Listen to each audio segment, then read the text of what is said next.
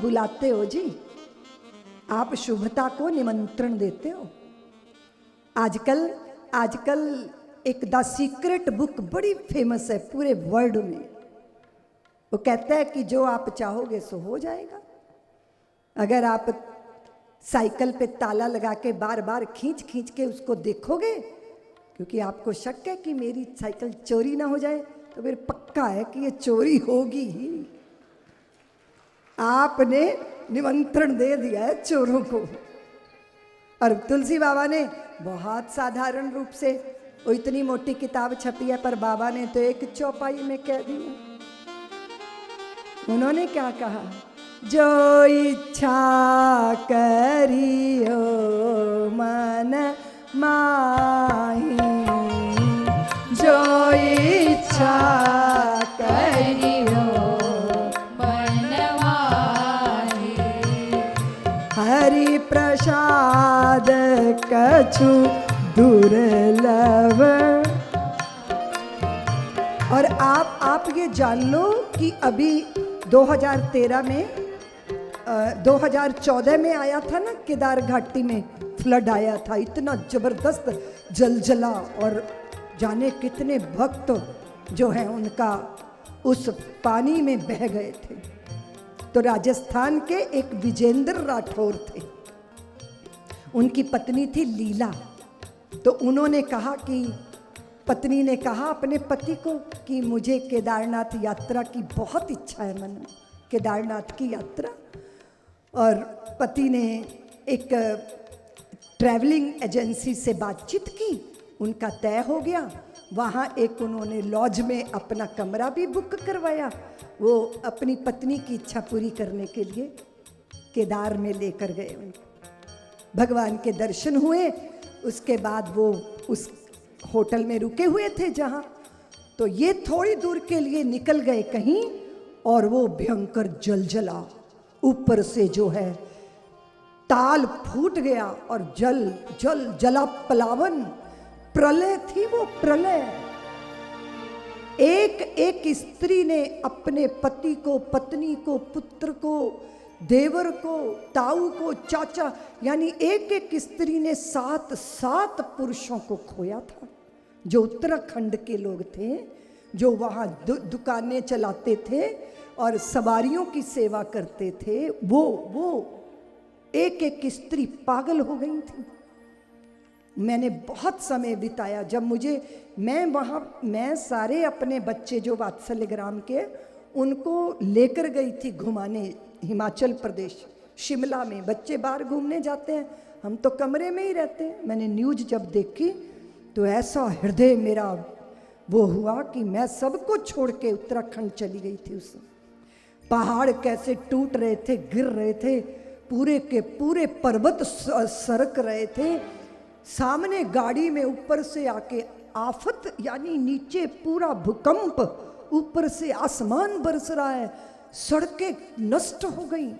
उस समय मैं 2-2.5 महीने उसी क्षेत्र में रही थी।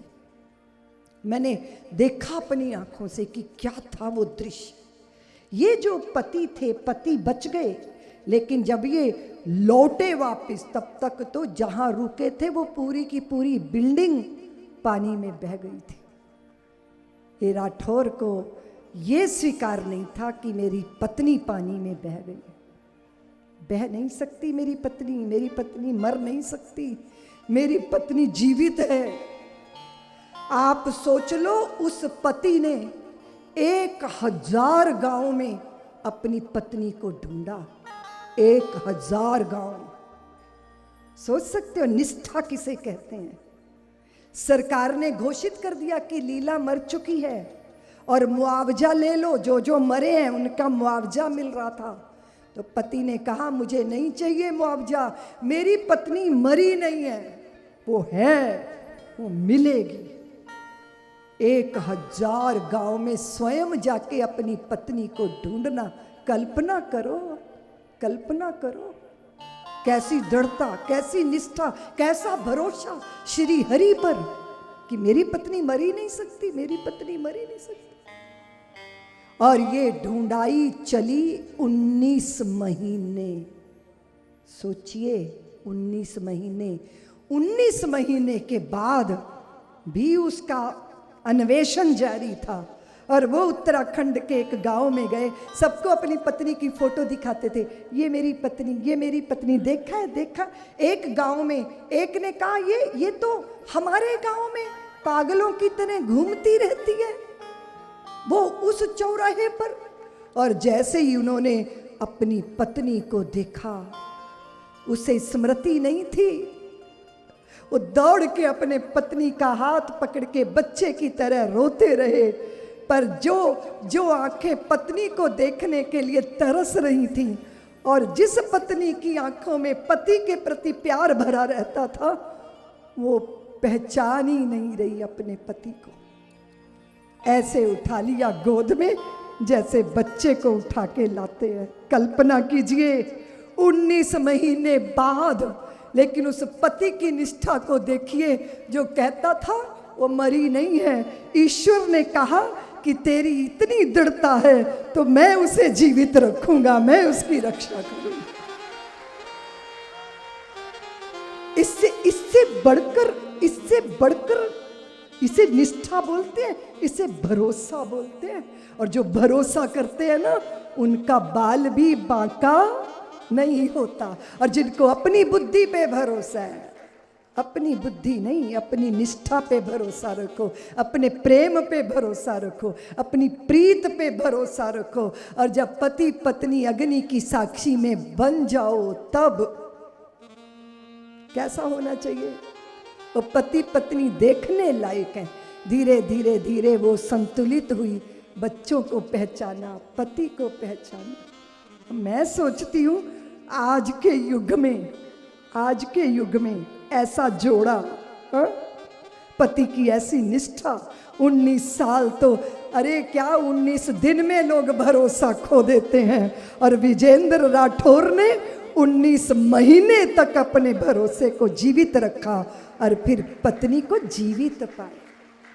जो इच्छा करिए मन माही,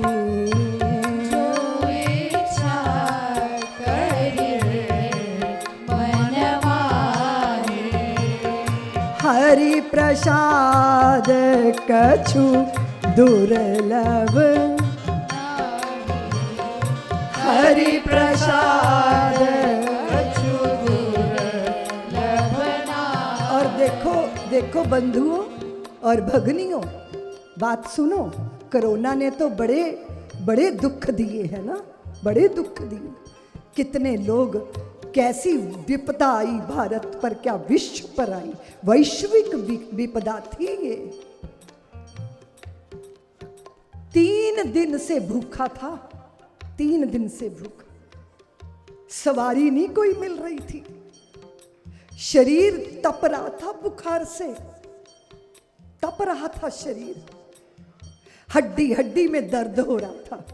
3 दिन का भूखा रिक्शा चालक, कोई सवारी नहीं मिल रही, बारिश हो रही है। और उसी एरिया में एक डॉक्टर थे, ये सत्य घटना बता रही हूं मैं आपको।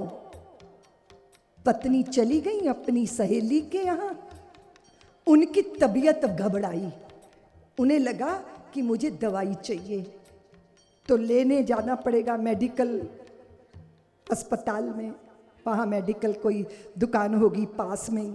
ड्राइवर जा चुका था, एक मित्र आया हुआ था, वो भी जा चुका था, ये अकेले थे घर में, ये अकेले थे घर में। और वो रिक्शा चालक जब बहुत परेशान हुआ तो वो राम जी के मंदिर में गया और कहा, राम जी लगता है आज अंतिम दिन है, या फिर आप ही बचा सकते हो। ये कह के रिक्शा पे आके बैठ गया।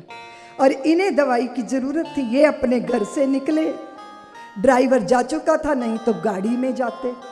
और मन में ये भी आया कि मैं गाड़ी लेके चला जाऊं, फिर लगा कि नहीं अब गाड़ी गैराज से कौन निकालेगा, बाहर निकलता हूं। बाहर थोड़ा सा चले तो निढाल सा वो अपने रिक्शे पे बैठा हुआ मिल गया।